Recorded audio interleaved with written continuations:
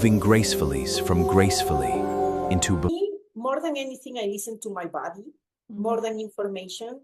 Because if my body, if I'm like all anxious, when something is not like, I'm not able to control with the mind and I'm getting anxiety, to me, this is a moment for me just to sit down and just do nothing.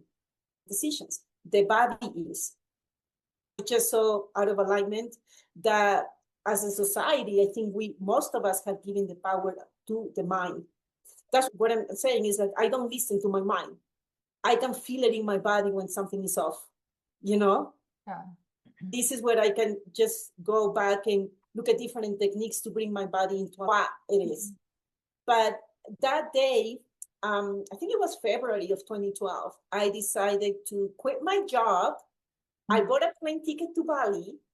Wow. And I told my manager I was leaving the company. I did that all within 20 minutes. Because, like I said, I had this inner suffering, inner pain, and I could not put a label on it. All I knew is that my soul was telling me, sister, you gotta leave this job. I mean, this is not making you happy. And I was making really good money at the time because I was doing some investments. And, I was like getting really good commissions. The problem wasn't the job or the people, but something else was happening inside, which is called wet kitchens. Wet is humid. Kitchen is something busy. So crowded places are really healthy for me.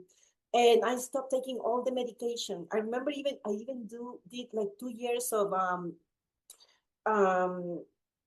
test in one of these clinical offices in Utah. And they were just injecting me the same things that I was allergic to. Yeah. So recent. And when I was in Bali with mushrooms, I remember it brought one of the memory of, me. I remember, wow, I might cry now.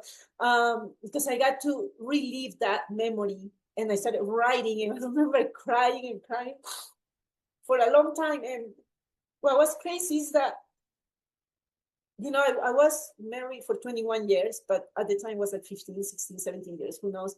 But I never told my husband that part of my life because I was shy, embarrassed. Yeah. I was, you can call it anything, but there were so many parts of me that didn't want to share that online. I was talking to my employees and I would connect with them heart to heart, I worry about their families and all of that. So what I'm trying to say is that when it's part of your calling, when something